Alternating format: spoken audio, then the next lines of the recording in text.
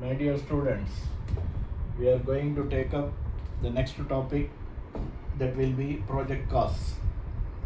This topic is little bit complicated, and to understand you have to pay a lot of attention and follow me as I will be giving you step by step procedures. There are so many ways how we can calculate the project cost. Basically, the first point that will be available will be SOW. SOW is called to be the scope of work, and this scope of work is first written, prepared by the client, the engineer on client side. A client need not be an engineer, he can be a layman and he can be a businessman. He might have studied engineering or he might not have studied engineering. So the client is just having the money, that is vitamin M, one of the M, and he is the person who will be hiring a consultant. Now this consultant, first duty of this the client has the idea. Maybe he is an engineer or he may not be, but most of the times he has an idea. But consultant will give or suggest the client within the whatever the property he has, within this plot, what could be the best, that consultant will suggest, because consultant will calculate and he will go visit the site, he will see the area, the local area around it, and what could be the best investment, that consultant will suggest the client, because client is having only money. Sometimes he is also having idea, but most of the times consultant will suggest the client to go for what type of project he can undertake, or which will be beneficial to this client, or which will be a payback for the client. How much payback he will get, that's what client is interested.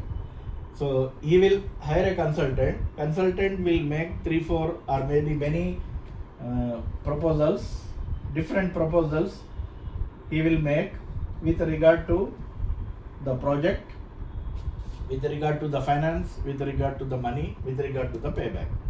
So all these 4 things the consultant will try to make different proposals and he will put forth to client. Now once the client approves, okay, this I want, maybe suppose for example a business center, a commercial center,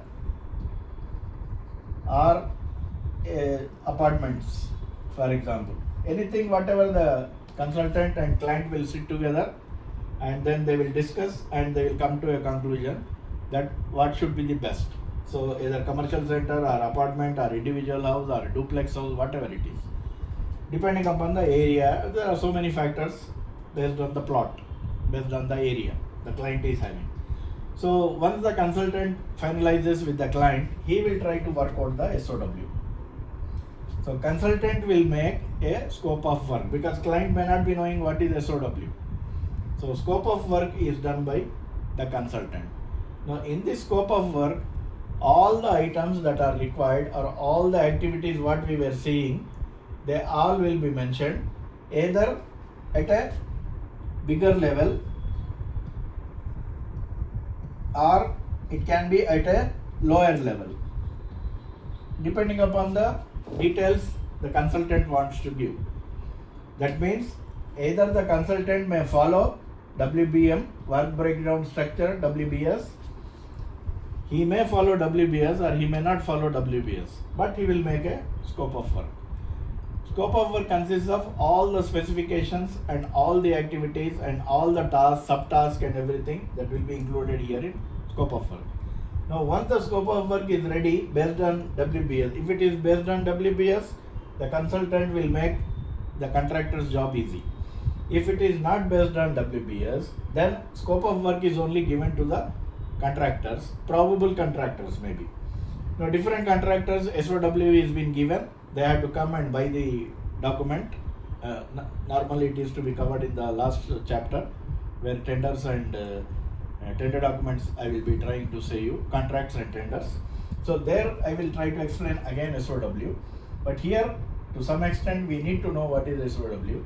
So this has all the activities that are going to be in that particular project. based on whatever level it is. The level will be decided by the consultant here. Now what contractors will do?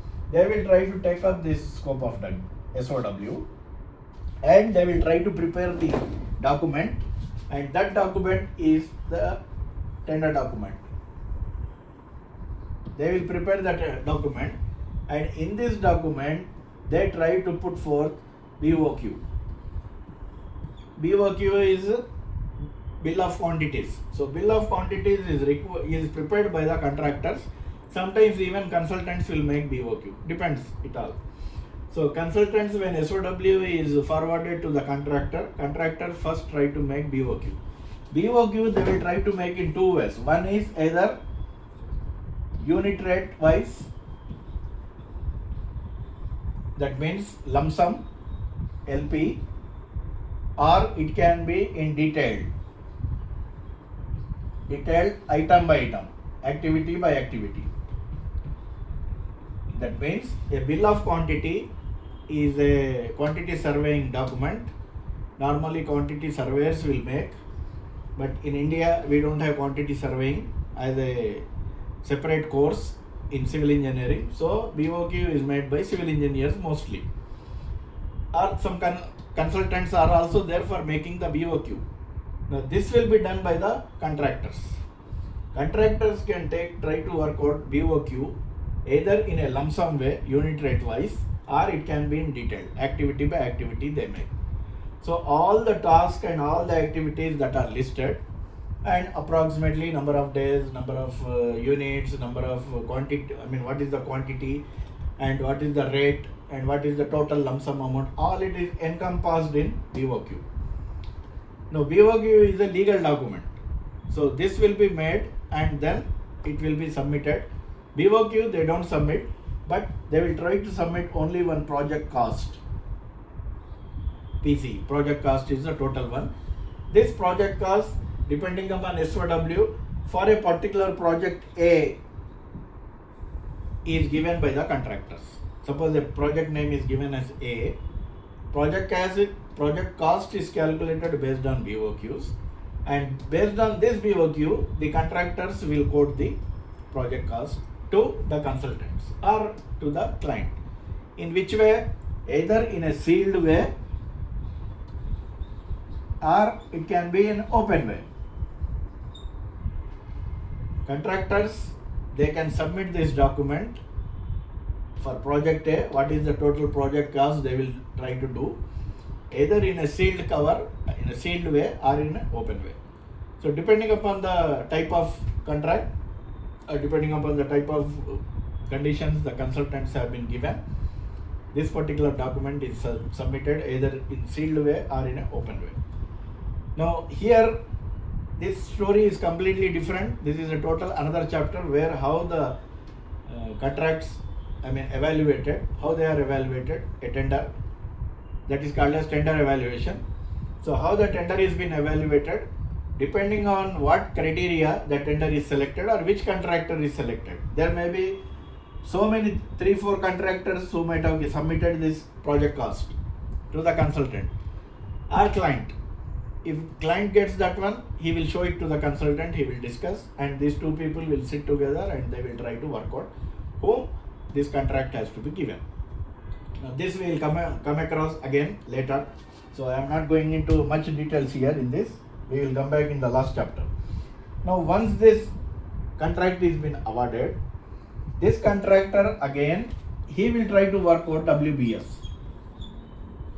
work breakdown structure for the scope of work or for that particular project. He will try to work out WBS, and then based on this, because he needs WBS to work out all the resources. What are those resources? I told energy, time and energy, T and E. So time and energy, this will be calculated by the contractor. So he will try to work out timing, that is scheduling in the form of scheduling, either through CPM or through PERT, he will try to work out. Mostly he will try to take CPM, because CPM will give you the critical path, and all along the critical path, if you follow, all the other activities are completed within that time, that is total project time. So energy he will try to work out 5 M's. Material, manpower, money, everything he will try to work out. So this is WBS is required for getting these two details. He will try to work out that. The critical path, why he follows? Because it is the longest path and the safest path, within which all the other activities are easily be accomplished. So that is the reason why CPM is followed mostly. In order to calculate the cost also, CPM is used. I mean, activities first along the critical path, they all will be calculated based on these two, time and energy. Time he will try to take the deterministic time, thinking that it is the average time within which that particular activity can be completed easily. Why? Because he is making the timing estimate based on the work breakdown structure. Work breakdown structure definition itself is dividing the project into manageable or tangible activities. Manageable activities where you can manage easily. So level of that WBS is decided here by the contractors. Now once the contractors try to take CPM, now within the CPM they try to use, and there we have seen one particular aspect that is called slack and float.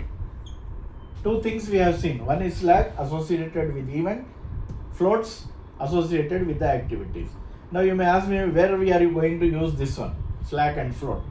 The contractors, when they are trying to make the total project in the form of a critical path, using critical path method, well, the whole project, as we have drawn a network, it is drawn. But in the network, when timings are being calculated, you will get slack or float.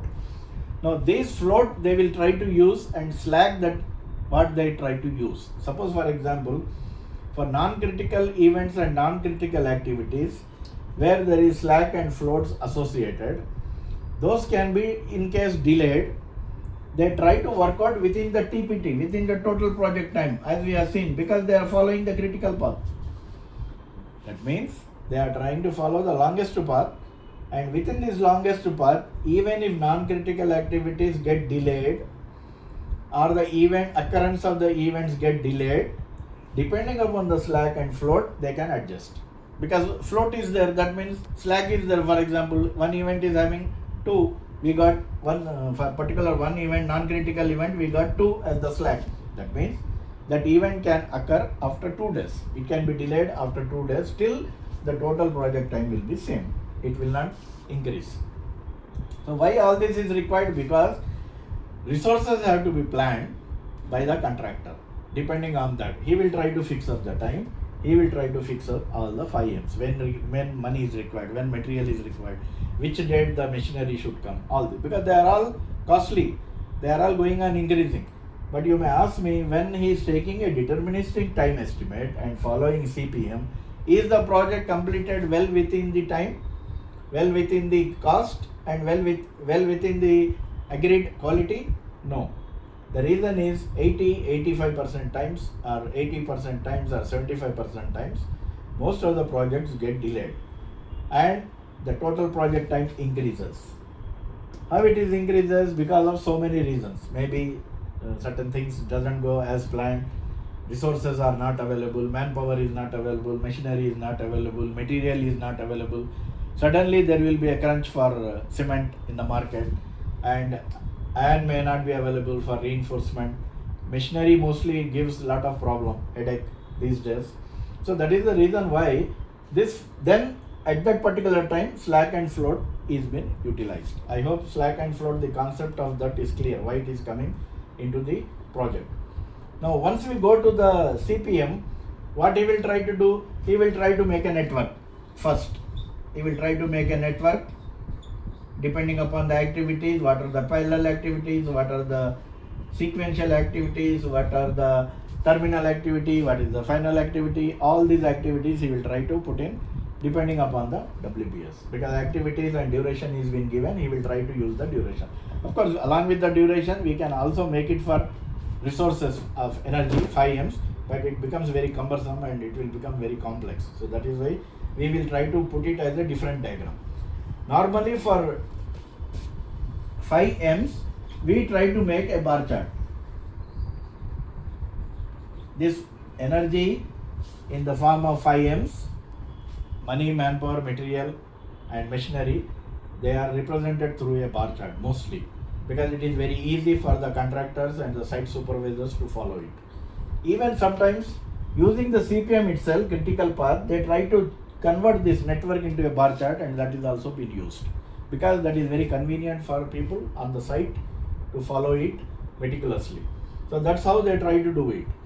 Now bar chart will explain clearly which day how much money is required, which day how much materials are required, which material is required, whether that material available or not.